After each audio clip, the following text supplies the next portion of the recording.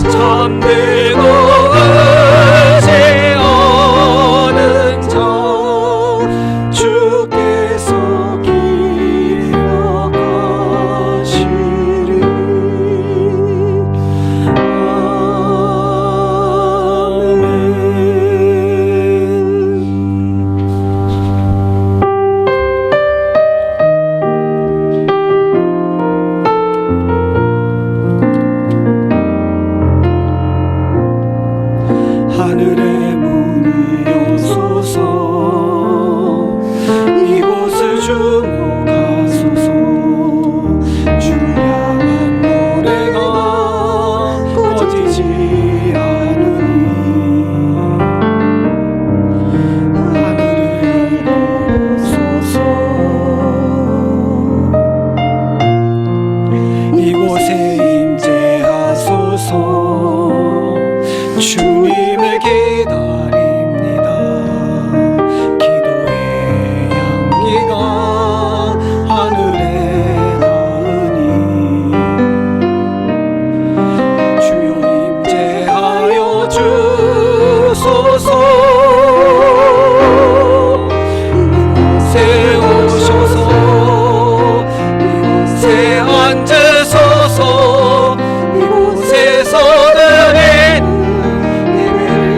받으소서 주님의 이름에 주님의 이름만이 오직 주의 이름만 이곳에 있습니다. 이곳에 오셔서 이곳에 앉으소서 이곳에서 드리는 예배를 받으소서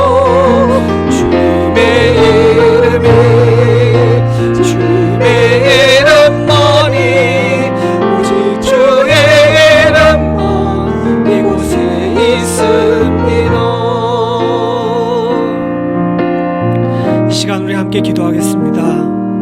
거룩한 성이 주님 앞에 나와서 예배드리지 못하지만 저희들이 앉은 자리에서 주님을 찬양하며 주께 영광 돌리기를 소원합니다.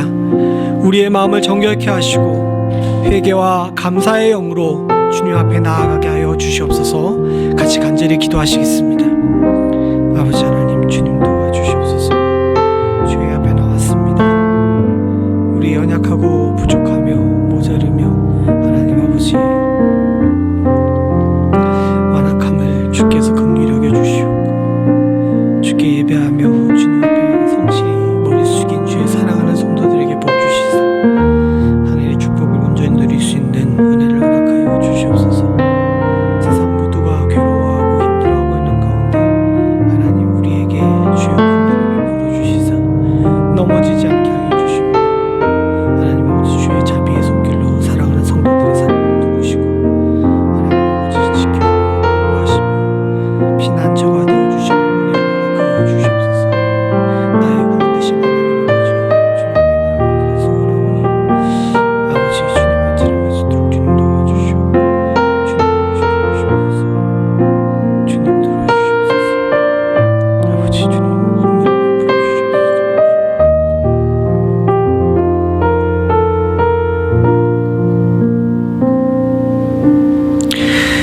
여호와는 나의 목자시니 내가 부족함이 없으리로다.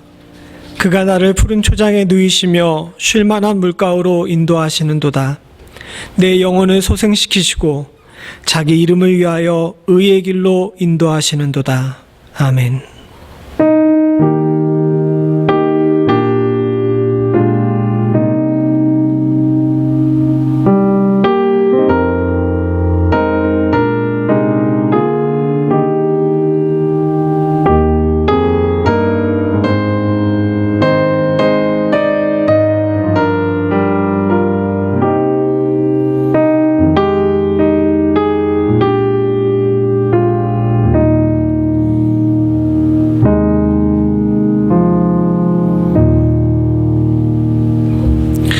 우리를 안식으로 인도하시고 우리의 영혼을 소생시키시는 우리의 영원한 목자 되신 하나님 아버지, 주님의 이름과 주님의 은혜를 찬양합니다. 세상에 모두 신음하며 괴로워하고 있은 이 어려운 시기에도 우리의 목자 되신 주님께서 우리의 삶을 돌보시고 인도하시는 줄로 믿습니다. 사랑하는 성도들의 삶과 가정 가운데 찾아가셔서 위로하시고 힘주시며 하나님 아버지 넘어지지 않을 수 있도록 주께서 지켜 보호하여 주시옵소서. 너무 오랜 기간 동안 저희들 모두 함께 고통받고 있음을 주께서 잘 아십니다. 그러나 이 어려움으로 인하여서 하나님 범죄치 않을 수 있도록 주님 도와주시옵고 인내하며 이겨나갈 수 있는 힘을 저희들에게 허락하여 주시옵고 하나님 저희의 삶이 무너지지 않을 수 있도록 주께서 지키고 보호하여 주시옵소서.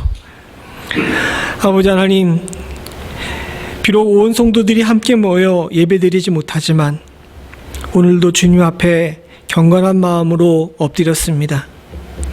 우리의 예배의 장소와 형편이 주님 온전치 않음을 주께서 긍휼히 여겨 주시옵고 어려운 가운데서도 예배드리고자 마음먹고 주님 앞에 엎드린 모든 성도들에게 하나님 아버지 은혜와 자비를 그리고 영육 간의 강건함을 허락하여 주시옵소서.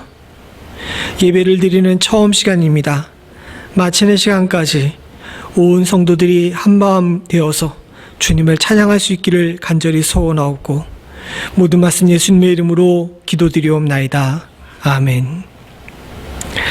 찬송가 31장 찬송입니다. 영광의 왕께 다 경배하며.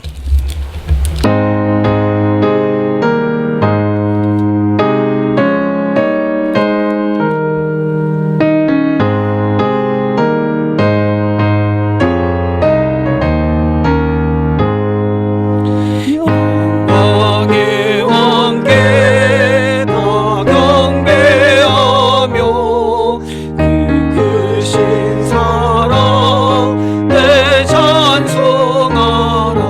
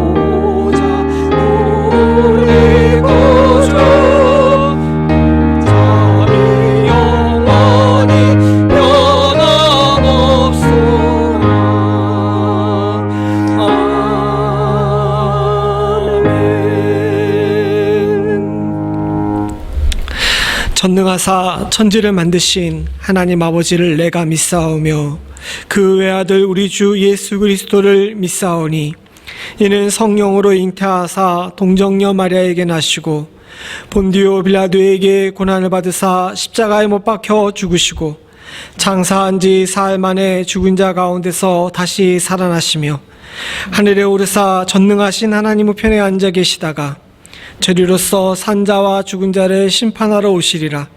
성령을 믿사오며 거룩한 공회와 성도가 서로 교통하는 것과 죄를 사하여 주시는 것과 몸이 다시 사는 것과 영원히 사는 것을 믿사옵나이다. 아멘.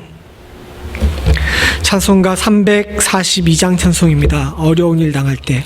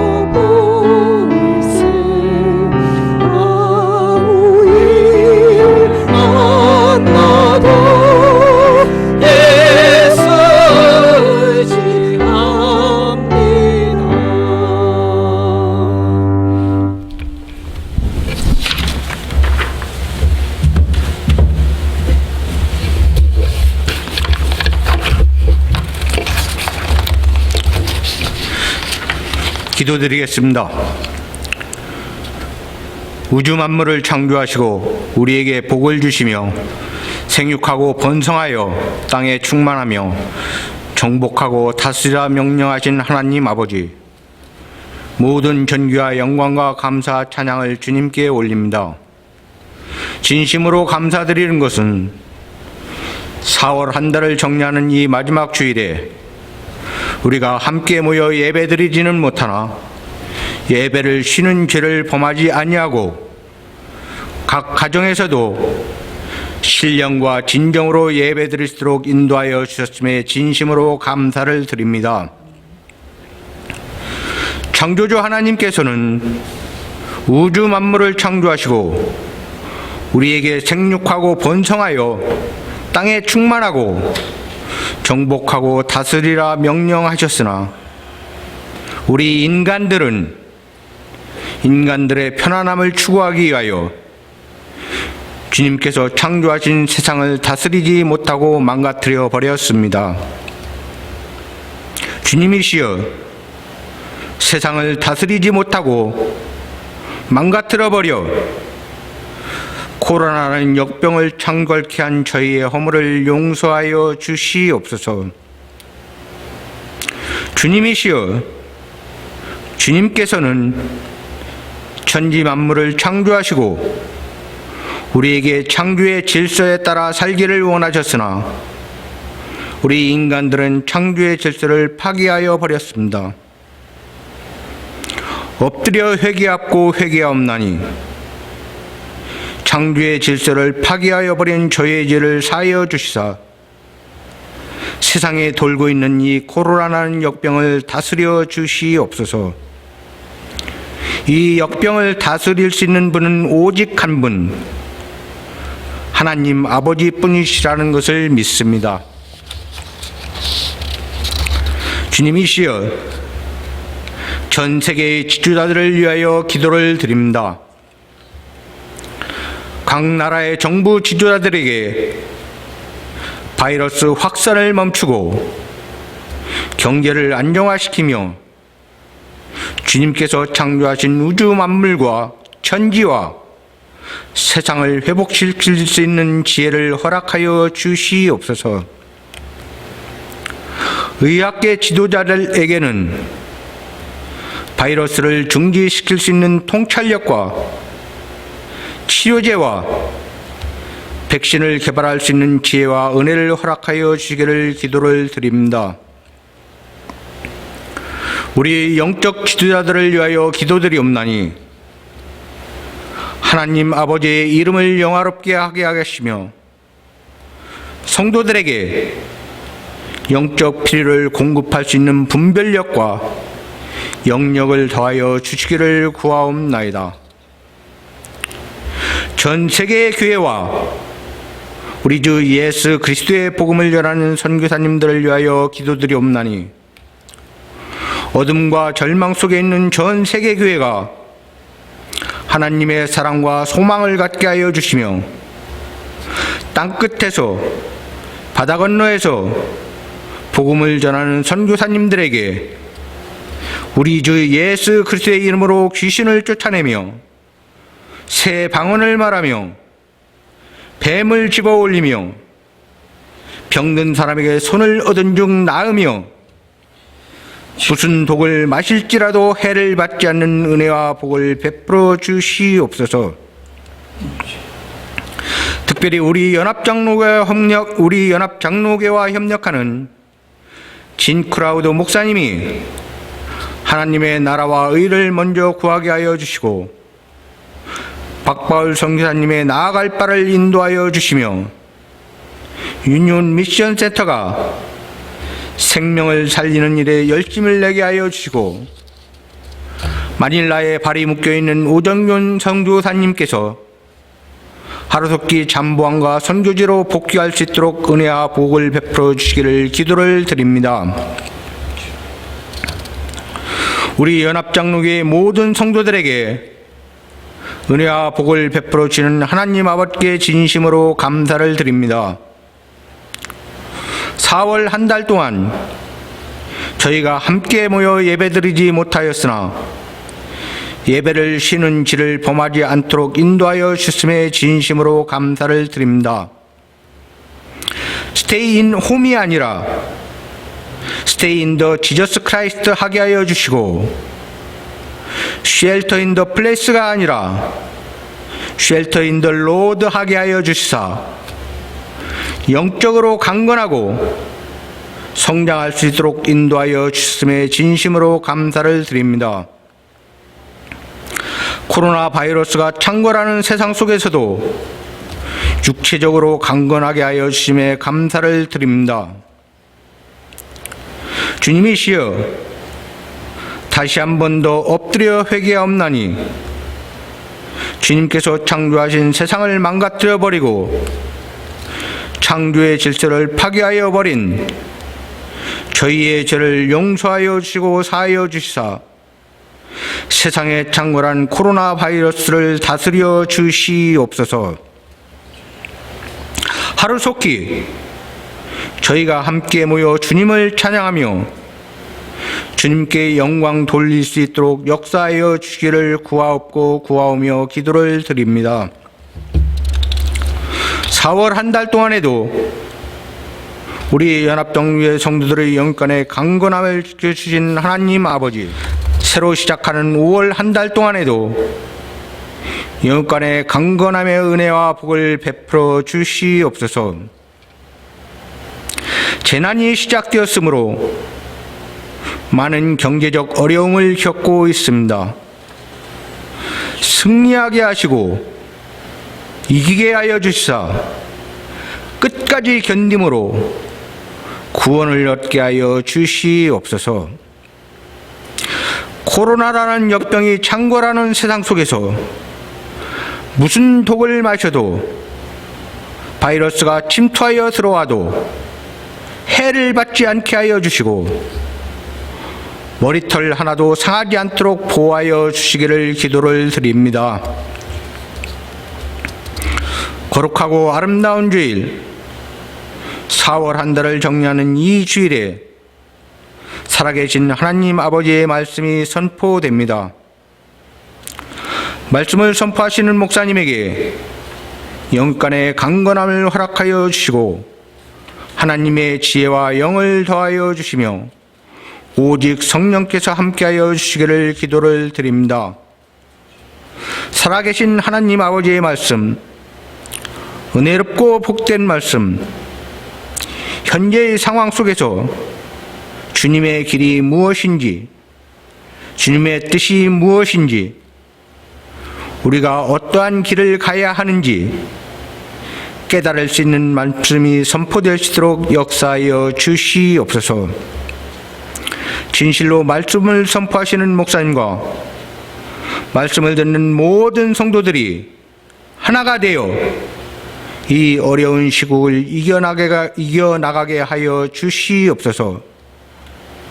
예배의 시종일관을 주님께 의탁드립니다. 하나님 아버지의 살아 역사심과 성령께서 이 예배를 주관하여 주심을 믿사오며 우리 주 예수 그리스도를 받들어 감사하며 기도 올렸사옵나이다. 아멘.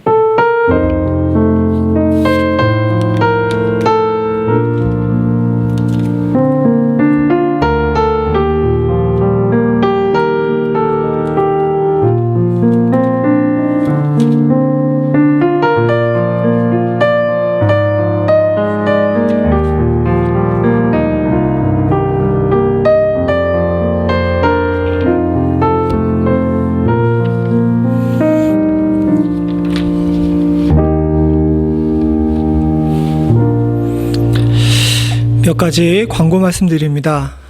사랑하는 성도님들, 일주일간 평안하셨습니까?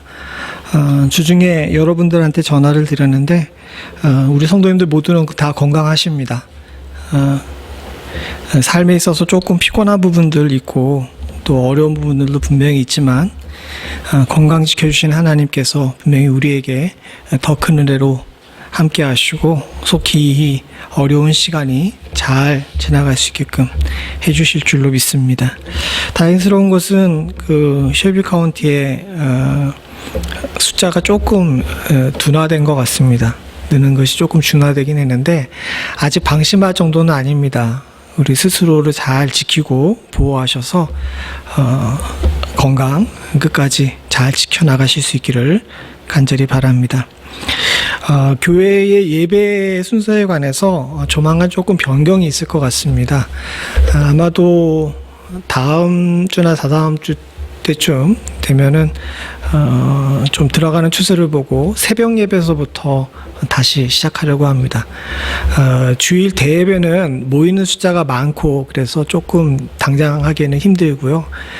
다른 곳에 추세를 맞춰가지고 우선 새벽 예배에서부터 다시금 시작을 하려고 그러니까 여러분들께서 많이 기도해 주시고, 아직 결정된 사항은 아니지만 기도해 주셔서 조금 더 괜찮아지면 그렇게 할 수 있을 것 같습니다. 헌금은 말씀드렸던 것처럼 교회에 직접 오셔서 하시거나 우편으로 보내주시면 2주에 한 번씩 모아서 계수를 하도록 하겠습니다. 은행이 문이 이렇게 뭐라 그래야 되나, 정기적으로 열리지 않는 경우가 많은 것 같아요. 그래서 입금하는데 조금 지체가 되고 지연이 될 수 있는데, 주중에 그 문제를 전화하신 분들 계신데요. 이번에 입금이 됐다고 그럽니다.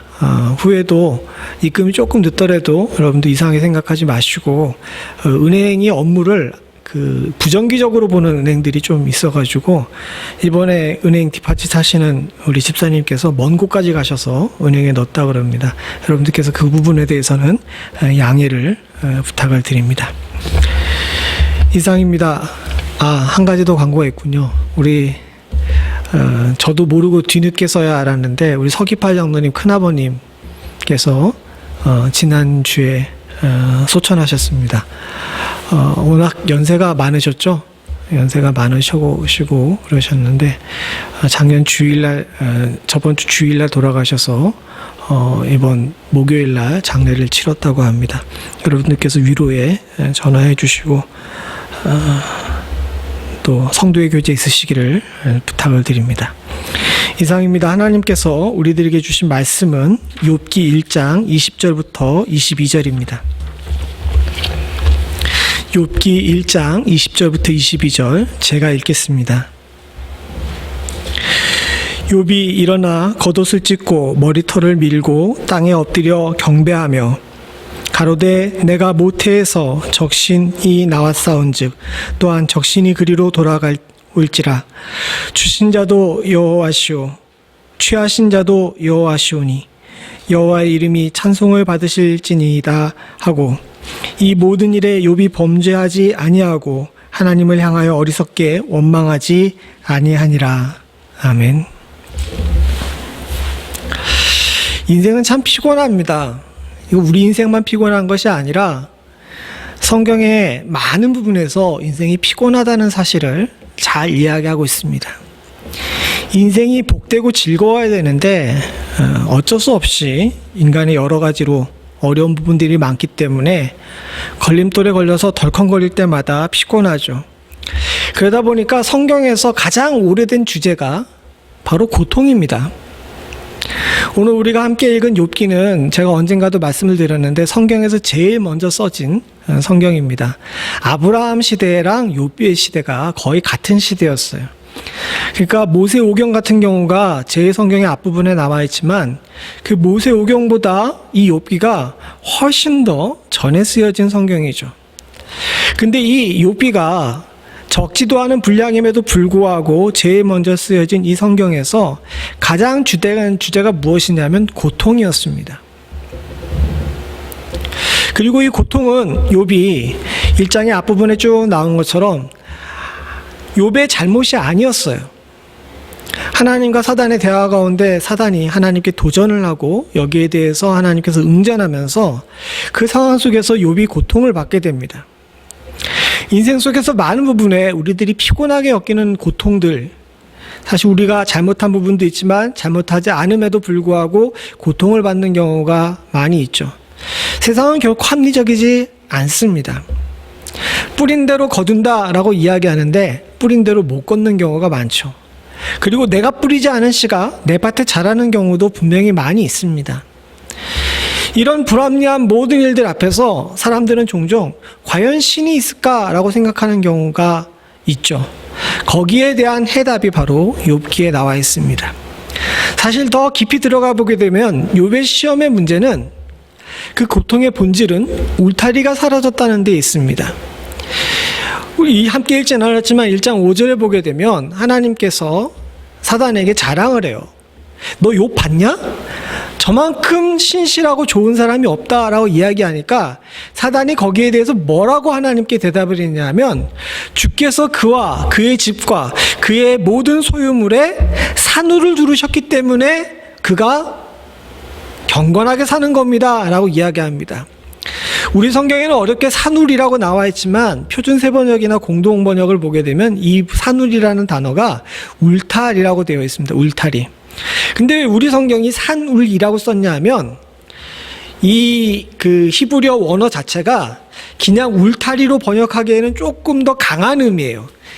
그래서 찾아보게 되니까 산울이라는 게 뭐냐 하면 우리가 생각하는 이 집에 있는 울타리 이런 정도가 아니라 그 고대 그 근동지방 같은 경우는 야생동물이 많았답니다. 그 야생동물이 포도밭이나 이런 농작물을 침입하거나 아니면 그 양 울타리 같은 걸 침입하는 일들이 잦았기 때문에 그냥 우리가 여기 근처에 테네시 근처에 있는 이런 그 말 키우는 데 있는 그런 울타리처럼 이렇게 듬성듬성 나무떼기 이렇게 몇 개로 해가지고는 전혀 효과가 없대요. 그래서 그 당시에 울타리 같은 경우는 돌이나 가시덤불과 같은 것으로 해가지고 촘촘하게 우리나라 벽같이 그렇게 이렇게 해놨답니다. 그걸 산울이라고 불렀답니다. 여기 나와 있는 히브리어 단어가 바로 그런 의미를 가지고 있다 그러죠. 즉 울타리보다는 더 단단하게 보호하고 있었다는 거죠. 사단은 이야기합니다. 하나님께서 욥과 욥의 집과 욥이 가지고 있는 모든 산업을 철저하게 보호하고 계시니까 욥이 그렇게 경건하게 사는 것 아닙니까? 라고 대항을 하죠. 거기에 대해서 하나님께서 하신 것은 그 울타리를 벗겨버리신 거예요. 그래서 그 울타리가 벗겨지니까 자녀가 죽고 가지고 있던 모든 재물을 다 상실하게 됩니다. 즉 욥의 고통의 본질은 뭐냐면 삶의 울타리를 잃어버렸다는 겁니다. 지금 우리도 이와 같은 고통을 당하고 있죠. 사랑하는 성도님들, 이 코로나 때문에 힘든 것을 곰곰이 생각해 보니까 첫 한두 주는 이 병에 걸릴까봐 겁이 나가지고 어려웠어요. 근데 그 다음에 단계에 되니까 뭐가 생기냐면 너무 답답해서 힘든 거예요. 그러다가 이제 오늘로 이제 6주째가 되는데 6주째쯤 되니까 어떻게 됐냐면 앞으로는 어떻게 먹고 살지 하면서 앞날의 문제로 고민하게 됩니다. 그러다 보니까 주중에 보니까 많은 사람들이 총까지 들고 나와가지고 다시 문 열게 해달라고 시위도 하고 그러죠. 왜 이런 전개가 나오게 되냐면 우리가 지금 모두 다 겪고 있는 일이지만 우리의 삶의 울타리가 지금 벗겨졌어요. 건강의 울타리가 벗겨졌고 사업의 울타리가 벗겨졌고 자녀의 울타리가 벗겨졌습니다. 그래도 우리는 상대적으로 좋은 나라에 살고 있기 때문에 상대적으로 덜 하는데요. 지금 아프리카나 남미의 베네수엘라 같은 경우에는 농작물은 밭에 썩어가고 있는데 사람들은 굶어 죽어요. 지금부터 벌써 기근이 일어나가지고 굶주림에 고통받고 있는 사람들의 숫자가 기하급수적으로 는답니다. 캘리포니아 같은 대도시 또 사람이 많은 주에는 이미 푸드뱅크의 줄이 아주 길게 늘어서는 모습들을 보게 되죠. 즉 욥이 당하고 있던 고통의 본질인 삶의 울타리가 없어졌다는 것, 지금 우리가 겪고 있는 고통과 일맥상통하는 바가 많이 있습니다. 삶의 울타리가 모두 벗겨져서 그래서 우리 모두가 다 함께 고통받고 있을 때 과연 우리는 어떻게 해야 될까요? 시편의 기자가 그런 얘기를 하죠. 터가 무너지면 의인이 어떻게 할꼬? 삶의 울타리가 벗겨졌을 때 의인인 우리가 과연 어떻게 할 것인가에 대한 문제는 성경에 있어서 가장 큰 주제이자 우리들에게 있어서 영원한 숙제입니다. 욥기는 이미 1장에 욥이 어떻게 이 문제를 해결했는지에 대한 해답을 제시하고 시작을 해요. 그리고 우리는 이 욥기의 결론을 다 압니다. 욥은 잃어버린 것의 배 이상을 다시 얻었죠. 근데 그렇게 할 수 있었던 가장 큰 핵심은 바로 오늘 우리가 읽은 1장 20절부터 22절에 이미 다 나와 있어요. 우리가 이것을 보고 배움으로 말미암아 우리 모두도 다 삶의 울타리가 벗겨지는 이 고통 가운데 있을 때 과연 이 문제를 어떻게 대처함으로 말미암아 이 터가 흔들리는 이때, 터가 무너지는 이때에 사랑하는 성도님들과 제가 어떻게 승리할지에 대해서 함께 교훈을 얻기를 간절히 소원합니다. 제일 먼저 욥이 처한 이 고통에 대처한 것은 겉옷을 찢고 머리털을 밀고 땅에 엎드려 경배하며 라고 이야기합니다. 욥이 당하고 있는 고통은 자녀를 모두 잃는 거예요. 어느 날 갑자기 집이 무너져가지고 멀쩡하던 자녀들이, 장성한 자녀들이 한꺼번에 다 죽었습니다. 그 다음 단계로 그가 그 당시에 많은 사람들에게 칭송을 받으며 복받은 사람이라고 얘기를 들었던 물질들이 하나 둘씩 사라지기 시작합니다. 사실 이런 일을 겪게 되게 되면요, 정상적인 인간이라면 어떻게 될까요? 아들, 딸들이 어느 날 갑자기 다 죽었어요. 여러분, 정상적인 인간이라면 어떻게 하죠?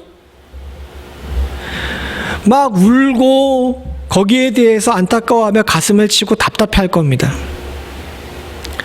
또 재산을 다 잃어버리게 되게 되면 우리가 알고 있는 정상적인 사람이라면 거기에 대해서 책임을 묻고 또 거기에 대해서 다른 대처를 세우기 위해서 온갖 노력을 다 할 겁니다.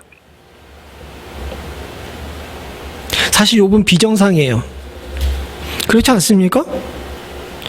이런 일을 겪었는데 울지도 않고 문제의 대책도 세우지도 않고 원인이 무엇인지를 밝히지도 않고 일어나서 옷을 찢고 머리털을 밀고 땅에 엎드려 경배하는 것, 이건 일반적인 문제는 아니라는 거죠. 일반적인 자세는 분명히 아니라는 겁니다.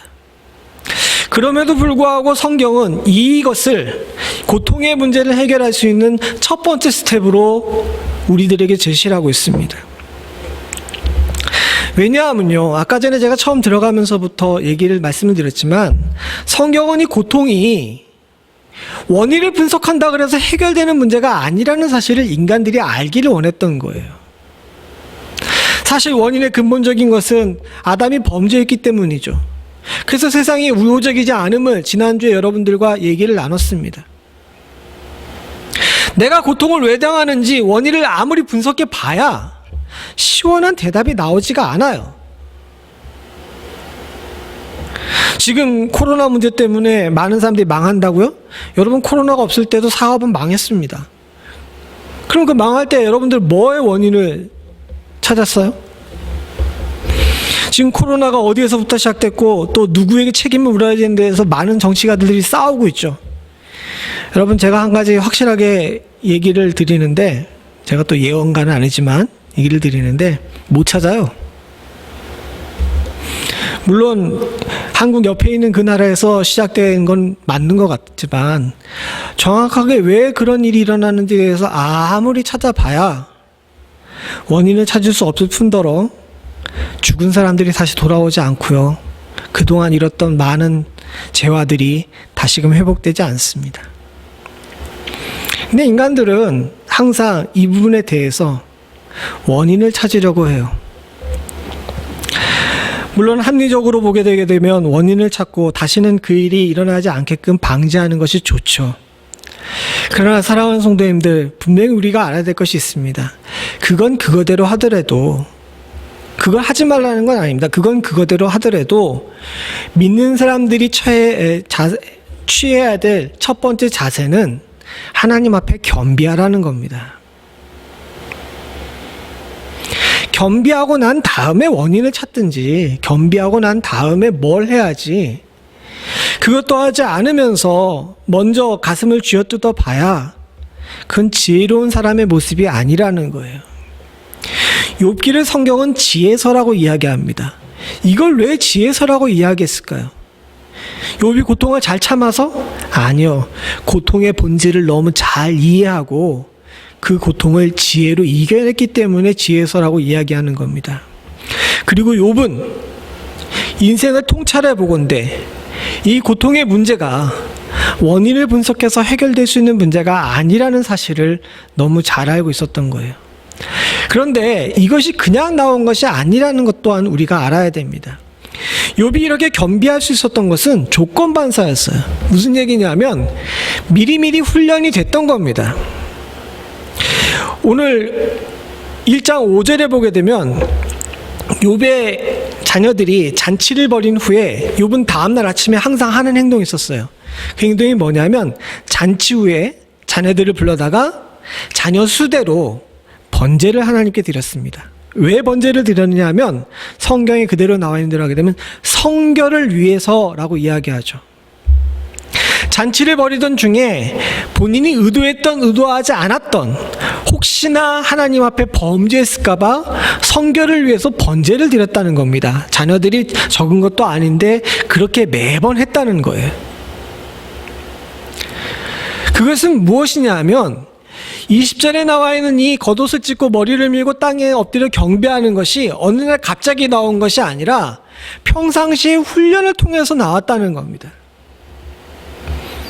이는 우리에게 굉장히 큰 교훈을 줘요. 사랑하는 성도님들, 지금 이렇게 녹화해서 예배를 드리고 있지만 여러분 모든 성도들이 다 예배를 드릴까요? 유튜브 조회수를 보니까 이번은 지난주에 79명이더라고요. 우리 교회 성도가 그렇게 말이 안 되는데 도대체 어디서 그렇게 많이 봤을까?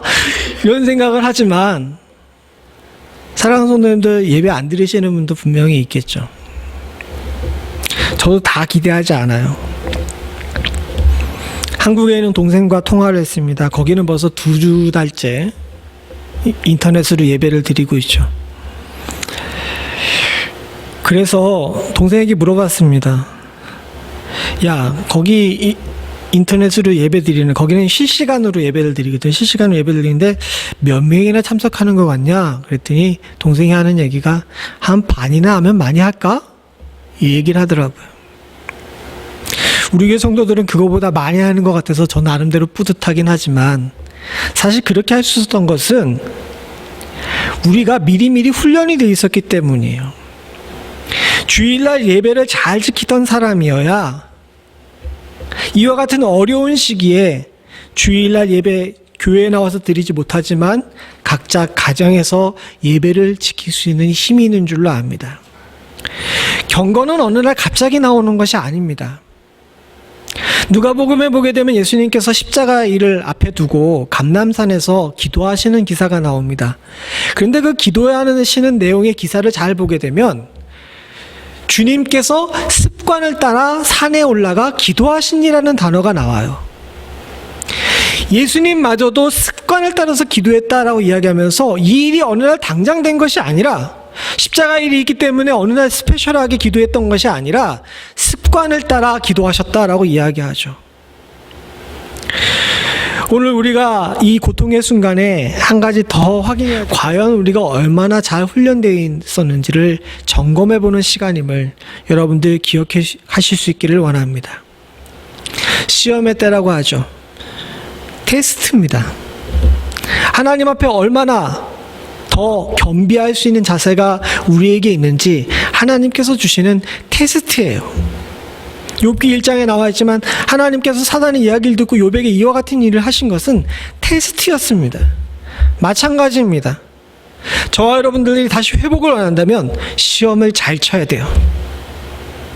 그리고 이 시험을 잘 치려면 미리 시험 문제에 대해서 연습을 잘한 사람이 시험을 잘 치는 줄로 압니다. 그리고 저는 사랑하는 성도님들이 모두 다 이런 연습이 잘 되어 있으신 분들인 줄로 믿습니다. 하나님이 이와 같은 일을 하실 때 원인을 찾고 불평의 대상을 찾기 전에 먼저 주님 앞에 겸비하며 내가 그동안 해오던 경건을 지킬 줄 아시는 성도님들이 고통을 이길 수 있는 분들이신 줄로 믿습니다. 저와 여러분들이 그와 같이 되시기를 간절히 소원합니다. 두 번째로 이 시간에 고통을 이길 수 있었던 이유는 무엇이냐면 욥은 인생에 대한 근본적인 질문에 대해서 다시 한번 짚어보는 복된 시간으로 이 시간을 잘 사용했다는 거예요. 이게 무슨 얘기냐? 여러분 예수를 왜 믿으십니까? 우리 교회 성도님들은 이미 몇 차례나 이 부분에 관해서 설명을 드렸기 때문에 다 잘 아시지만 한국에 얼마 전에 이 부분에 관해서, 이 코로나 사태가 있기 전에 이 부분에 관해서 어떤 사람이 그 논문을 준비하면서 그 설문조사를 한 게 있었나 봐요. 당신은 왜 예수를 믿으십니까? 이 얘기는 뭡니까? 교회 다니는 사람한테 이 질문을 했겠죠. 그랬더니 이 예수를 믿느냐라는 질문에 대해서 뭐 대부분은 정상적인 질문을 했지만 많은 사람들이 질문한 것이 있습니다. 답이 있습니다. 첫 번째가 뭐냐면 마음의 안정을 위해서 예수를 믿는데요. 두 번째는 생활이 건강하기 위해서 예수를 믿는다라고 이야기합니다. 이 질문에 대해 그렇게 답을 한 게 아니라 이 논문 조사하는 사람이 이걸 문항을 만들었기 때문에 거기에 이렇게 표시를 하는데 이렇게 한 겁니다. 이렇게 그 생활의 건강처럼 이렇게 유식한 단어가 아니라 한마디로 얘기하게 되면 뭡니까? 하나님께서 날 부자 되게 해주실 것 같다라고 이거에다 답을 한 거예요. 그 다음에 나온 답이 뭐냐면 삶의 행복을 위해서 예수를 믿는다라고 답을 썼습니다. 물론 더 정상적인 답에다가 응답하신 분들이 더 많은데 무시할 수 없는 많은 분들이 마음의 안정, 생활의 건강, 삶의 행복을 위해서 예수를 믿는다고 답을 했어요. 무려 이 답들의 총합을 보니까 거의 40%에 가까울 정도였습니다. 사랑하는 성도님들, 이게 지금 우리 현재의 모습이에요. 물론 이건 한국에서 조사한 거긴 하지만 마음의 안정과 생활의 건강, 삶의 행복을 위해서 예수를 믿는 것은 기복신앙입니다.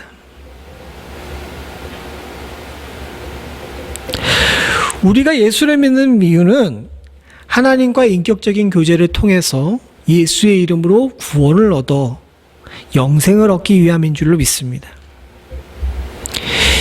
이것이 답인데 사실 우리는 그동안 많은 부분에 그것 이외에 쓸데없는 것에 더 많은 마음을 품고 있었어요.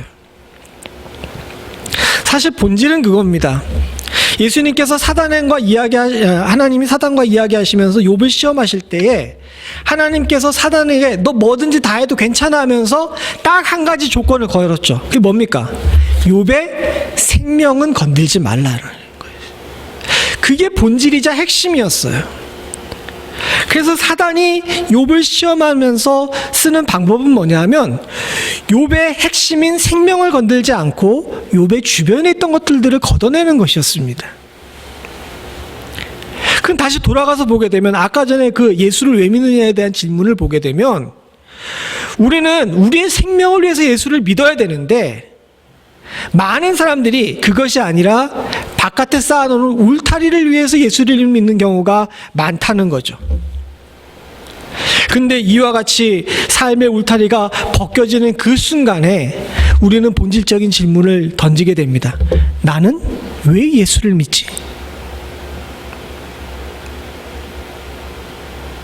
거기에 대해서 욥이 인생 고백을 하죠.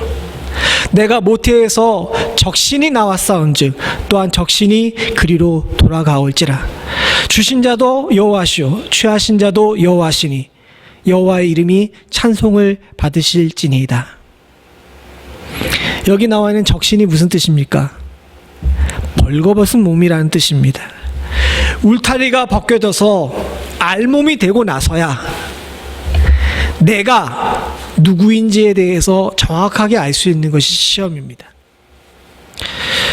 이 삶의 울타리가 벗겨지는 고통의 순간, 사랑하는 성도님들, 이것이 그냥 고통의 순간만이 아닙니다. 도리어 이 순간이 내가 누군지, 내가 왜 믿는지, 나는 어디로 가야 하는지에 대해서 본질을 들여다볼 수 있는 아주 중요한 순간임을 우리는 알아야 될 줄로 믿습니다.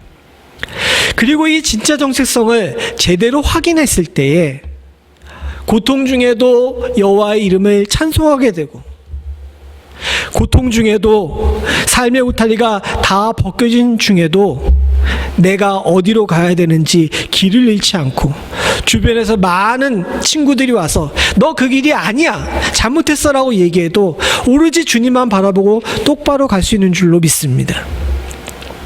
찬송가 작가 중에 히윗 여사라는 아주 유명한 분이 계십니다. 이분은 어렸을 때부터 예수를 믿고 그의 재능을 발휘해서 많은 찬송가를 만드셨죠. 그리고 전도하는 일에 힘쓰셨습니다. 근데 이 희윈 여사가 전도를 하던 중에 한 불량배한테 예수 믿으라고 얘기했다가 이 불량배가 휘두른 슬레이트 지붕에 얻어맞으셔가지고 척추에 크게 손상을 입으셨어요. 이후에 오랫동안 병원 생활도 하셨지만 이후에 이분이 제대로 걷지를 못하셨답니다. 벌써 한 100여 년 전 분이시니까 그 당시 의술이 그렇게 발달하지 못했기 때문에 한번 척추에 입은 그 부분이 회복이 되지 않았던 거예요. 이분이 병원에 누워 있는데 참 스스로 느끼기에 한심했습니다. 예수를 전하려고 그에게 선한 마음으로 다가갔는데 슬레이트 지붕이 뭐냐는 거죠. 그리고 그걸 얻어맞아가지고 평생 불구로 살아야 되는 이런 상황이 되니까 아무리 신앙이 투철하고 또 열심으로 예수를 믿고 주님 찬양하는 일에 평생을 헌신하겠다고 마음먹은 이 희윈 여사도 마구 흔들렸던 겁니다.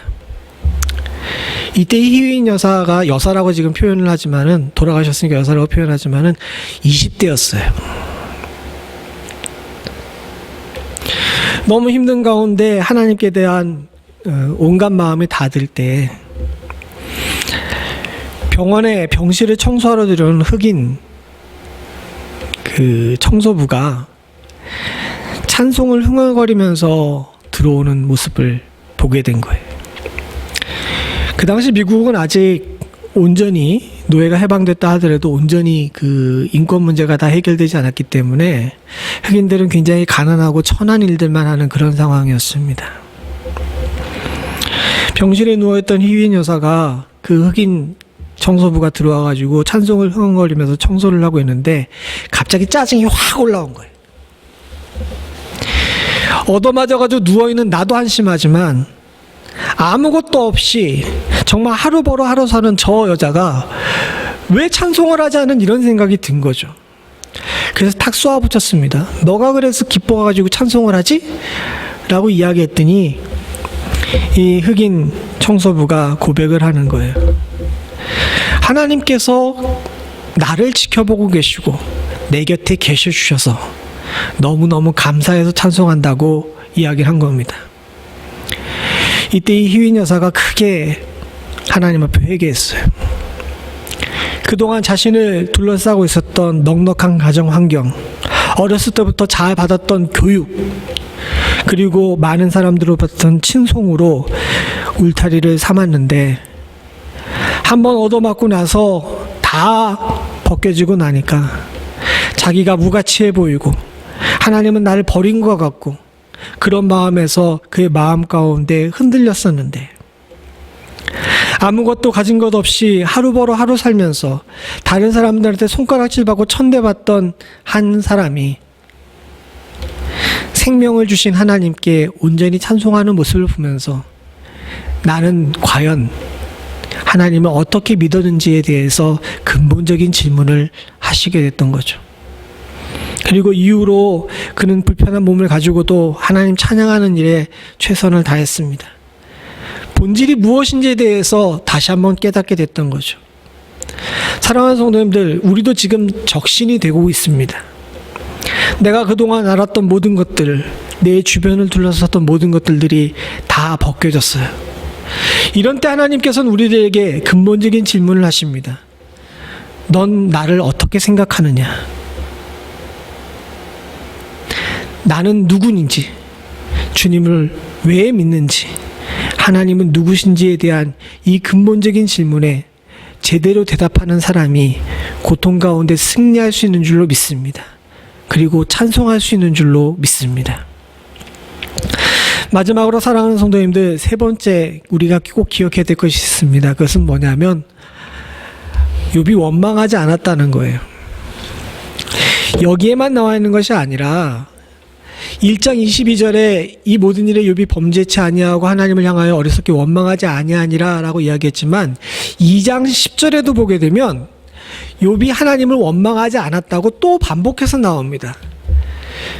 두 번이나 반복해서 욥이 하나님을 원망하지 않았다고 나온 것은 원망하는 것이 정상적이라는 것은 정상적이 아니라는 거예요. 욥이 원망하지 않았다라고 나온 것은 그게 특별하다는 이야기죠. 지금 무슨 얘기냐면 이런 일을 겪게 되게 되면 많은 사람들이 원망할 거리를 찾아서 원망하게 된다는 겁니다. 그런데 2장 10절에도 나와 있지만 성경은 분명히 원망을 뭐와 연결시켜서 이야기하냐면 어리석게와 연결시켜서 이야기하죠. 제가 아까 전에 말씀드렸지만 욥은 지혜서라고 이야기합니다. 지혜의 반대는 잠언에도 계속해서 반복해서 나오지만 어리석음이죠. 지혜 있는 자는 원망하지 않는다는 겁니다. 어리석은 자는 원망을 해도. 사랑하는 성도님들, 우리가 이 어려운 고통 가운데서 반드시 기억해야 될 것은 뭐냐면 우리는 지혜롭게 대처할 줄 아는 용기와 힘을 가져야 된다는 겁니다. 어리석게 원망을 해봐야 사랑하는 성도님들, 나에게 있어서 좋은 것이 없어요. 더 반드시 기억해야 될 것은 뭐냐면 시간이 지나면 가면 갈수록 우리의 믿음이 연약해지게 되면 우리 나름대로 입술에서 하나님을 원망하고자 하는 이야기가 나올지도 모릅니다. 이것을 어리석음으로 알고 미리 방지하실 수 있는 은혜가 있기를 소원합니다. 왠지 아십니까? 22절 앞부분에도 나와 있지만 어리석게 원망하지 아니하였는데 그 앞부분에 보니까 욥이 범죄하지 아니하고가 들어와요. 즉 무슨 얘기냐? 어리석게 원망하는 것이 뭐라는 거예요? 하나님 앞에 죄를 범하는 거라고 이야기합니다. 시험의 때에 큰 죄를 더 범함으로 말미암아 우리 스스로가 망가지는 일이 없기를 간절히 소원합니다. 이 말씀을 준비하면서 한 가지 묘한 것을 찾았어요. 이 다음의 이야기가 뭐냐면 이제 욥이 건강도 상하게 되죠. 그래서 온몸에 종기가 남으로 말미암아 그 기왓장을 가지고 온몸을 긁는 그런 상황이 처하게 됩니다. 이 상황이 되자 그동안 등장하지 않았던 욥의 아내가 나와요. 그리고 욥의 아내가 제 가운데 앉아있는 이 욥에게 이렇게 얘기합니다. 당신이 그래도 자기의 순전을 굳게 지키느뇨 하나님을 욕하고 죽으라. 우리 성경은 문장부호가 없어가지고 이게 무슨 뉘앙스인지에 대해서 잘 나와 있지 않죠. 히브리 성경도 마찬가지입니다. 히브리 성경에도 문장부호라는 것이 없어요. 그래서 이게 무슨 의미인지에 대해서 해석이 분분해요. 그래서 맞소라 사본 같은 경우는 욥의 아내가 굉장히 나쁜 사람처럼 이렇게 해석이 되어 있는데 또 시랍 사본에서는 헬라어 사본 70인역 쪽에서는 이 욥의 아내가 그렇게 나쁜 사람이 아닌 것처럼 나와요. 근데 전통적으로 한국 교회는 설교할 때 이 마소라 사본 쪽을 따르기 때문에 욥의 아내가 굉장히 나쁜 짓을 한 것처럼 이렇게 이야기하죠. 그런데 자세하게 보게 되면 1장에 욥의 아내가 불평하는 이야기가 안 나옵니다. 그리고 우리가 생각하기에 1장에 나와 있던 이 욥의 모든 재산과 자녀를 잃는 사태와 2장에 나와 있는 욥이 건강을 잃는 사태가 그냥 이게 전주에 있었으면 이게 그 다음 주에 있는 것처럼 생각을 하는데 그게 아니에요. 2장 1절에 보게 되면 또 하루는 이라고 나와 있는 이 단어가 가깝지 않은 미래에 대한 단어입니다. 즉 무슨 얘기냐면 1장과 2장 사이에는 아주 큰 시간의 그 간격이 있다는 거죠. 1장에 자녀를 모두 다 잃고 재산을 모두 다 잃었는데 욥의 아내가 원망하지 않아요. 그리고 전승에 따르게 되면 아마 이 욥의 아내가 1장과 2장 사이에 살려고 굉장히 노력했던 것 같습니다. 왜냐하면 여러분도 아까 전에 보셨지만 욥이 정상적인 사람이 아니에요. 이런 일이 터지게 되면 어떻게 됩니까? 사태를 수습하려고 이렇게 쫓아다니고 이래야 되는데 욥이 뭐합니까? 일어나서 옷을 찢고 머리를 깎고 하나님께 엎드려 기도하고 있어요. 그러니 먹고 사는 건 누가 책임을 져야 돼요? 이게 분명히 앉아 계시면 대답을 할 텐데 아무도 대답을 못합니다. 아마 이 아내가 했던 것 같아요. 그런데 이 아내가 결국 욥이 건강마저 상하게 되니까 하나님을 욕하고 죽으라 라고 이야기하죠. 히브리 사전에서는 견디다 못한 욥의 아내가 하나님을 원망하는 것처럼 이야기했는데 헬라어 사본에서는 너무 남편이 애처로워서 그렇게 사느니 당신 죽으십시오라고 이야기한 거로 그렇게 나와요. 그게 어느 쪽이 됐든 여기에 대해서 욥이 그렇게 얘기를 하죠. 이 말이 어리석은 여자 중에 하나와 같도다. 우리가 하나님께 복을 받았은즉 재앙도 받지 아니하겠느뇨 하고 이 모든 일에 욥이 입술로 범죄치 아니하니라. 1장과 좀 달라요. 1장과 다르게 2장에서는 입술로 범죄하지 않았다라는 이야기가 나옵니다. 그 얘기는 뭐냐면 욥의 아내의 마음도 하나님을 원망하고자 하는 마음이 있었던 것은 아니에요. 근데 고난이 너무 오래되다 보니까 어떻게 됩니까? 마음과는 다르게 입에서 뭐가 나오는 거예요? 원망이 나오는 거죠. 이게 정상적인 사람이라는 겁니다. 근데 욥은 그것마저도 안 했다는 거예요. 만약에 욥의 아내가 마음마저도 원망하는 악한 사람으로 범죄했다면 후에 나와 있는 이 욥기 마지막에 보게 되면 그가 다시 또 자녀를 낳잖아요. 근데 새로 아내를 들였다는 기사가 없어요. 그 얘기를 볼 때 이 아내가 끝까지 욥과 같이 살았다는 걸 이야기를 한다고 이야기합니다. 즉 욥의 아내도 마음은 그렇지가 않은데 오랜 병치레에 뭐가 없다는 것처럼 이 고난이 오래가게 되면 우리가 우리 입을 통제하지 못하는 경우가 많이 생겨요. 그러나 사랑하는 성도님들, 우리가 욥의 지혜에서 배워야 될 것이 있습니다. 진짜 경건한 사람은, 진짜 고통에서 승리하는 사람은 마음이 어떻든지 입조차도 통제할 줄 아는 사람인 줄로 믿습니다. 사랑하는 성도님들과 제가 마음과 입으로 하나님 앞에 범죄하지 않을 수 있기를 소원합니다. 우리 장로님이 4월 한 달 이야기하셨지만 이게 5월, 6월 갈지도 모르죠. 아이들은 이미 9월까지 방학했습니다. 어떻게 보고 살지 모르겠어요. 그런데 사랑하는 성도님들, 이게 얼마나 오래 가든지 어떤 상황이 되든지 저와 여러분들 오늘 함께 하나님 앞에 다짐하실 수 있기를 원합니다. 그 어떤 상황에서도 하나님을 마음으로 입으로 원망하지 않을 수 있기를. 그런 사람이야말로 주께서 회복을 허락하시는 분들이신 줄로 믿습니다. 말씀을 맺겠습니다. 사랑하는 성도님들, 우리는 그동안 자아 훈련돼서 이와 같은 일에 하나님 앞에 겸비하를 구할 줄 아는 그런 성도들인 줄로 믿습니다. 이 경건이 여러분과 저에게 능력이 돼서 내가 누구인지, 나는 왜 믿는지를 다시 한번 점검해보고 끝까지 하나님을 원망하지 않고 승리함으로 말미암아 저와 여러분 모두가 다 다시 회복의 복을 누리실 수 있는 은혜가 있기를 간절히 소원합니다. 같이 기도하시겠습니다. 하나님 아버지, 욥이 이겼던 것처럼 우리도 이길 수 있게 하여 주시옵소서. 고통의 순간에 삶의 울타리가 모두 다 걷어진 그 순간에 욥이 했던 것처럼 하나님, 우리도 승리할 수 있게 하여 주시옵소서. 악의 유혹에 넘어가지 않을 수 있도록 주님 도와주시옵고 사탄의 시험에 굴복하지 않을 수 있도록 주님 도와주시며 도리어 이 삶의 울타리가 벗어진 적신의 순간이 하나님께 더 가까이 나아갈 수 있는 믿음의 진보의 시간이 될 수 있도록 주님 도와주시옵소서. 사랑하는 성도들, 주님께서 지켜주시기를 간절히 소원합니다.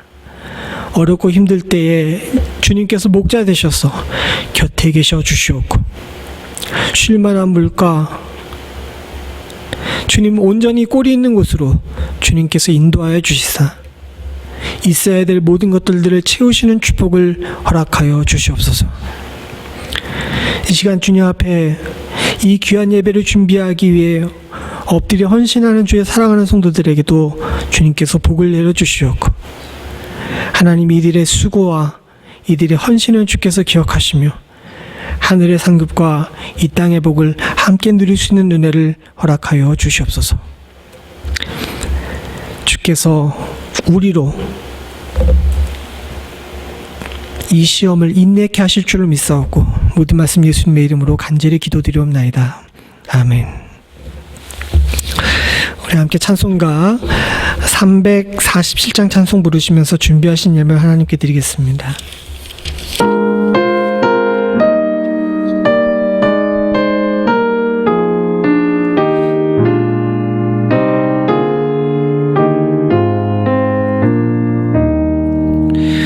겸손히 주를 섬길 때 괴로운 일에 많으나 구주여 내게 힘주사 잘 감당하게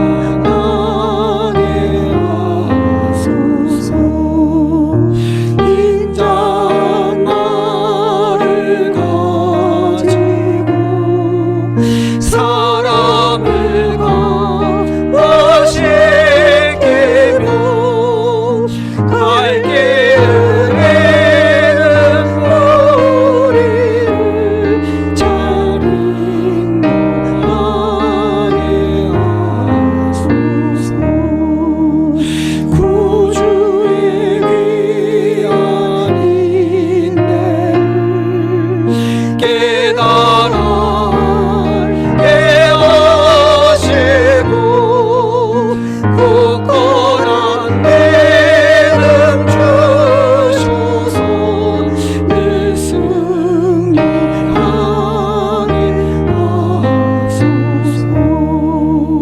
장래의 영광 비추사 소망이 되게 하시며 구주와 함께 살면서 참 평강 얻게 하소서.